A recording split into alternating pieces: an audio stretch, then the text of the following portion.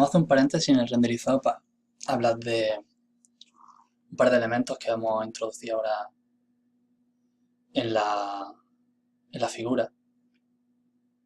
Y bueno, como habéis visto, hasta ahora simplemente hemos estado tocando lo que ya había y afinándolo, haciendo las transiciones más suaves y jugando simplemente con los pinceles para crear volúmenes que se adapten a esos principales que ya teníamos predefinidos. Pero como digo, vamos a tocar un par de cosas nuevas que quiero añadirle a la figura, que sería, por un lado, algo que yo suelo usar mucho, que es la pintura de guerra. Es algo que suelo ponerle a mis personajes y me encanta. De estas cosas que tienen los diseños de ciertos artistas que se suelen repetir, pues en mi caso la pintura es algo que no suele faltar. Y aquí pues estoy haciendo pruebas de cómo podría quedar. Normalmente, como estáis viendo aquí, lo que hago es crear una capa nueva de multiplicar o superponer, dependiendo. Le pongo un color y empiezo a probar distintos patrones.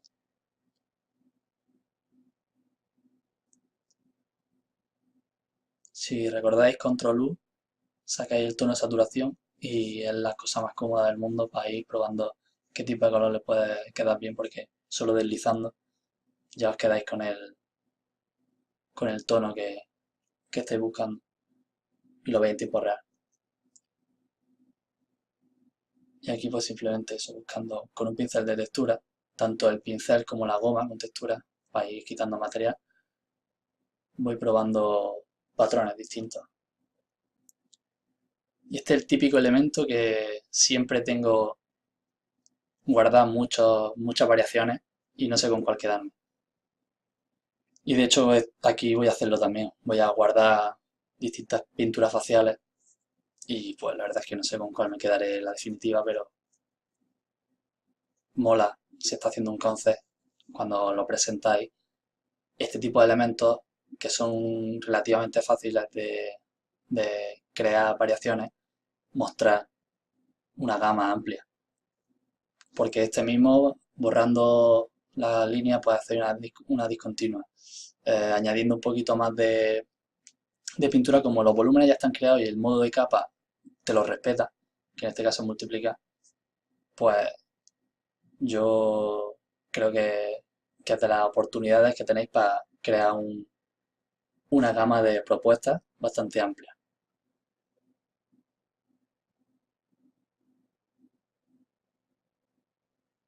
Yo estoy por una línea sencilla, como veis, vertical, pero ya os digo que no se va a quedar ahí, que voy a hacer muchas distintas.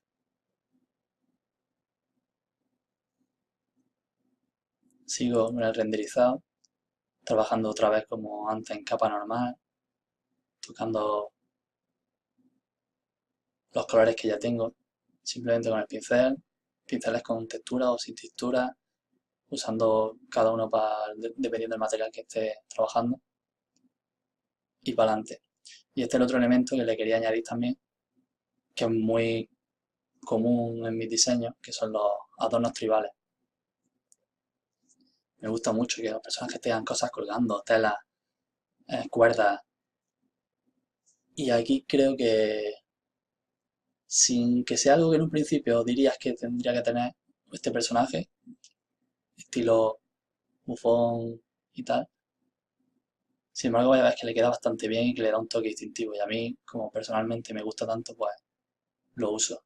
Y es, entre comillas, un poco firma este tipo de elementos en mi diseño. Estamos creando una nueva capa con un pincel duro. Para hacer temas de cuerdas, colgantes y tal es muy sencillo, lo vais a ver. Con un pincel duro creamos lo que sería la cadena y cada uno de los elementos, de las cuentas que hay de decoración y tal. Una vez que lo tenemos, bloqueamos la capa y con un pincel, con un toque de difuminado que no sea muy duro, empezamos a crear el volumen.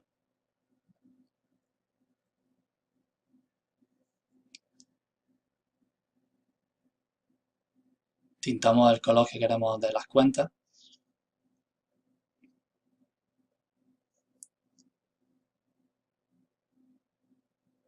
Y simplemente sin usar modo de capa ni nada, cogemos un color más oscuro y creamos esta sensación de 3D que se crea al pasar un color, una sombra por el lado de la cuerda. Como digo, con un pincel con buena opacidad pero blando.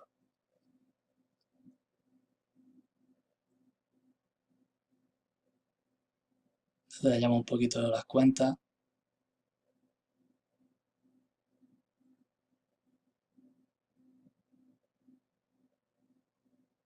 Como veis no son adornos ostentosos, son bastante como más vistosos que caros, que valiosos.